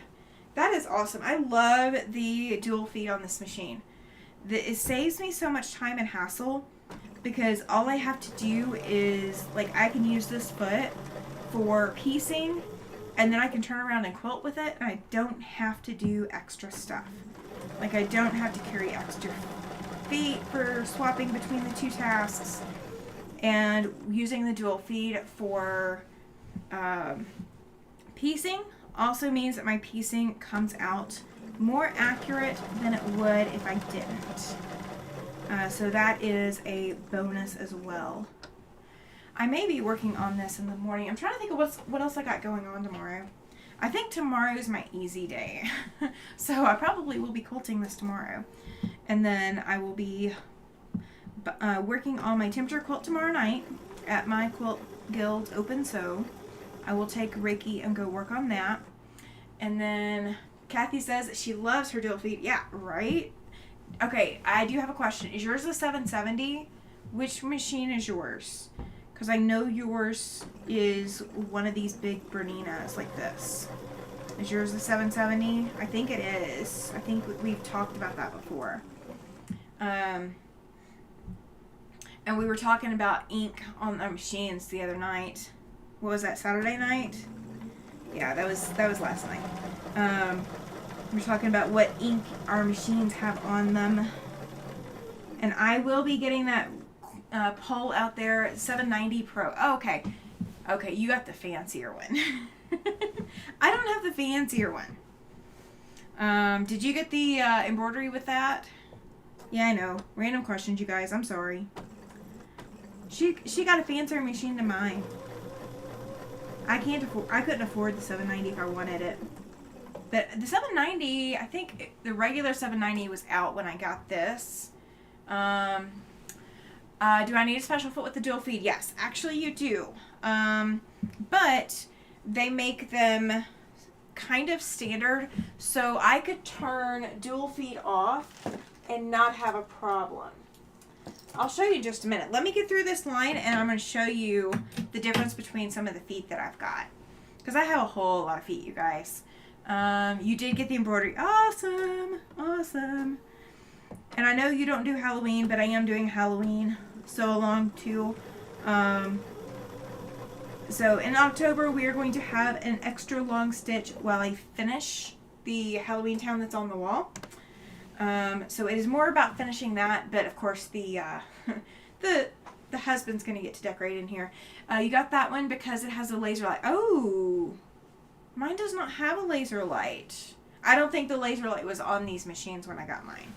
I got mine, gosh, prior to 2017.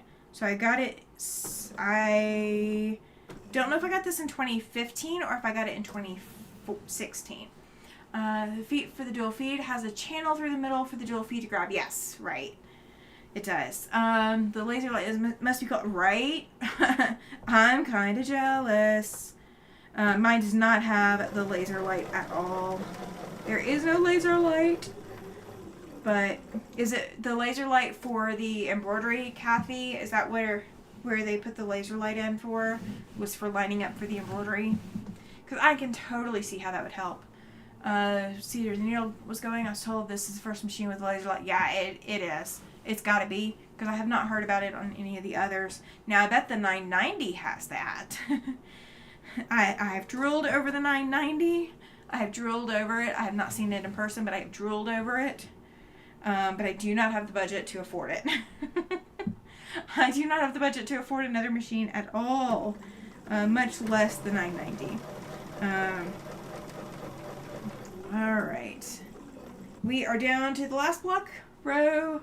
So all I've got left to do now is come down these two and down this little hourglass right here. So just gonna come down that.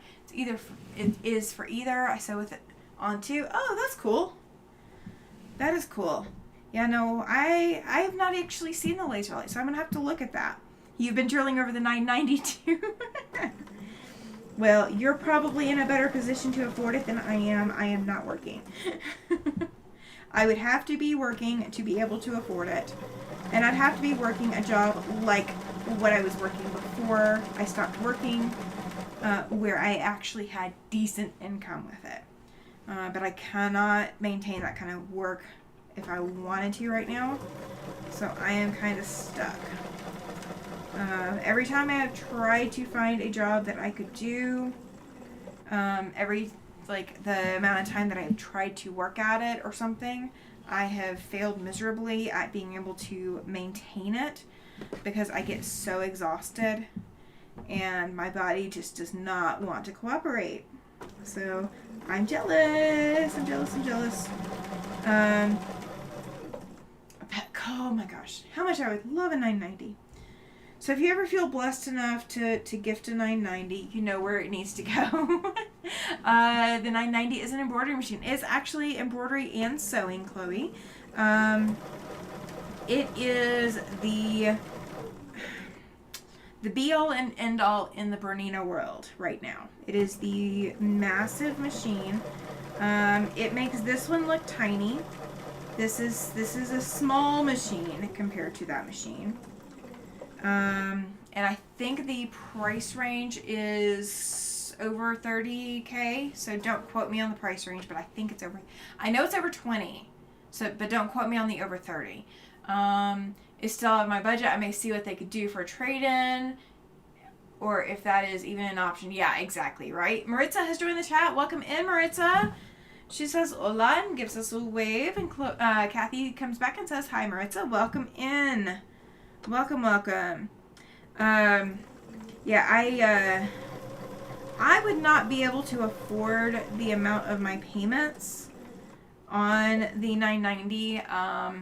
The 990 would definitely be a full car payment, because that would be the only way I could afford it unless somebody were willing to gift me a massive inheritance. Like, that would be the way I could afford a 990. But if I got a 990, I would also want a computerized long arm. And I would also need a place to put it. So, you know, we're kind of stuck with a few problems. My world did not make it easy for me to afford it. Alright, so that row is done. Okay. So I'm going to show you guys up close once I can get my thread to cut. It's my fault. I just can't believe sewing machines are that expensive. When we're talking Bernina, we are talking expensive. Berninas are not cheap. If I were in the market to buy a machine today, my budget would not allow me to get this. Beauty would be completely out of my price range. There is no way I could even close to save up enough to be able to afford this machine. My used vehicle that I just bought that is in the shop is just slightly more expensive than this. Just slightly. Like literally, we are talking not by much. So this machine can do everything that I need it to do. And when I was a Bernina dealer, I was able to get some of the feet and things like that I would need to be able to use. And no, I do not know why my camera is readjusting. I apologize. But so yeah, right? Chloe says, wow. Yeah, it is a small car, okay? Berninas are not cheap, but if you can afford a Bernina, even getting one secondhand, okay, this camera readjusting is going to drive me crazy, even if it is not driving you guys crazy. Hang on just a second. Let me turn off this autofocus so that it will stop doing this mess. Okay. I'm sorry. Even if you guys, if it wasn't bothering you, it was bothering me. Kathy says, I was only able to get it because they were doing a same as cash for several years, and my husband and I talked it over for a good bit before biting the bullet. Yeah. When Bernina has a deal, like 60 months same as cash, that is the time to buy a Bernina, okay?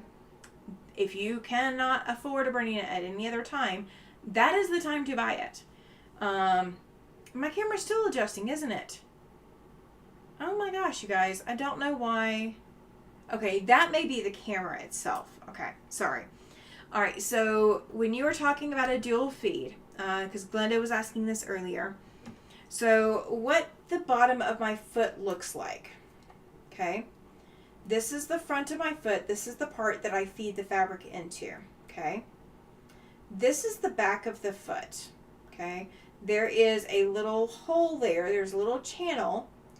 And what there is on the machine, you may not be able to see it because of the camera doing all of its funky stuff. There is a little arm that comes down, and it performs the task of a walking foot. So as I sew, it does this, okay? So it moves the fabric back just like the feed dogs do. So your feed dogs on top are going to move your fabric back. So that dual feed piece also moves your fabric back. So it is on a Bernina, where that dual feed is placed is directly over the top of the middle set of feed dogs behind your needle. Okay? So when you have that dual feed engaged, what it does is you've got your presser foot holding your fabric down. Your feed dogs are coming up and pushing the fabric up against the presser foot and pushing it back. And then you have that dual feed section that is coming down and pushing it back as well. Kathy says October 14th, you can get 7 years, same as cash. I was told this is every year. Yeah, it is in October. I didn't know exactly when in October. I couldn't remember that, but it is October is usually the same as cash time frame. So if you do have a Bernina dealer, if Bernina is a brand you've been interested in getting a machine for, everything Bernina is going to be more expensive than what you're going to get otherwise. But you guys, I'm not suggesting that you get a machine and not service it. So please do not take that as any kind of endorsement that is a good idea. My machine I bought in 2015 or 16. This Bernina, this baby, this guy called Beauty, he has not been into a dealer to be serviced in 7 years. Okay? He's never had to go in for service. He's never had to go in for work. He should. I should take him. But he still runs beautifully, even without having professional service, okay? That is the kind of quality that you get with a Bernina, that you don't get with some of the other brands. So that is why I absolutely love Bernina. I have put this guy through the rounds, okay? Embroidery, stitching, decorative stitching, you name it, I've put him through it. I've sewn on all kinds of materials, broken needles, done all of that kind of stuff. This guy's still stitching just beautifully, just like day one. And all of your presser feet are going to be tall feet, okay? So they join up here. They don't join down here. There's no snap-on feet for the Bernina ones. This lower end, there's some snap-on attachment ones. You can consider that. Let's see. Yes. Kathy says just make sure to clean and oil it every time you sit down at it. I do most of the time. I don't do all the time, but I do a lot. Chloe says off to bed. Good night all. Good night, Chloe. Thank you for being here. Glenda says kind of looks like a walking foot. Yes, it does. It does. So this is a standard. This is a 20C foot. This is a decorative stitch foot. Okay. So this is not your like straight, your regular stitch foot. This is still a specialty foot, but it does not have this channel groove at the back. So it does not have walking foot capabilities, okay? And this is the 1/4 inch guide foot. It is number 57. Sorry, it's hard to get it into the light in the right position. So this gives you a 1/4 inch stitch, and it gives you a guide at the edge. Again, there is no channel at the back. So this 97 does give you that channel and gives you the 1/4 inch edge, which is no guide. But there is one that does give you a guide. So there are options. Yeah, I should oil Beauty more often than I do. But Beauty puts up with a lot from me. I mean, absolutely, positively, there's no doubt about it. I put Beauty through the paces, and yeah, it's beautiful. Kathy says 37D is the main foot I use. I do not have the 37D. I ended up with the 97D, and it still has the 1/4 inch markings, but the left side has the extra width to it, so it grabs the fabric a little bit better in my opinion. 37 is the one that has the 1/8 and the 1/4. This actually does have 1/8 as well. It does have it. It's just the way that it's like structured. It is the wider version of the foot, but then it has the 1/8 and the 1/4. It has it as a scant 1/4, and then it has a full 1/4. So it does have all of the different markings. So you kind of have to know where your markings are on it, but it has all of them. So like it's not like, let me even see. Let me compare it to this 57. Let's see. Yeah, it is regular 1/4 and scant 1/4. Just depending on where you put it. And then it has the 1/8 of an inch markings as well. So it does have them all. 97 was also one that is a dual function foot. And what does it have? It works with the binding tools. So that's part of the reason that I have it. I have it because of the binding tools. But yeah, so that's the foot that I'm using, and it is the dual feed. Here is, so when I use Ricky does not have dual feed. So this is the walking foot for Ricky. So here's that little needle bar piece that goes up. Here's where it attaches. It attaches at the top. And then the walking foot piece. So the feet are interchangeable between the two machines. If I wanted to put this on Beauty, I definitely could. There's just no need for me to use this foot, but I could use it if I wanted to. Like if I just wanted to, I could. The only things that are not interchangeable between these two machines are the bobbins, because these are two different bobbin systems for this machine and Ricky. So Ricky and this machine are different in that respect. And then this machine can use wider feet, but I can use the wider feet on Ricky. He just can't use all of the capabilities. So, you know, it's a trade-off. But Ricky is much more portable. So, you know, you gotta go with portability. All right, so I am gonna go ahead and get off of here. I have got a lot of stitching left to do on this quilt. Let me bring you guys over to the main camera real quick, and I will turn that off so you guys are not blinded. The bobbins are amazing. Yes, they are. Aren't they? I love the oversized bobbins. I wish I had the 8 series bobbins, but now the 9 series is going to be, or the 990 is going to be huge. All right, there's my 10 o'clock alarm, guys. So I'm about to get off here in just a second. So all of the center stitching is done. I apologize for this camera. I do not know why it's doing this after I've already turned that off. I've turned that feature off on both cameras. So that stitching is done. So now I've just got to come in and do all of the other stitching and get it going. Kathy says that she has to go. It is 11 p.m. Yes, it is. Have a good night. Rayanne is saying good night, everyone.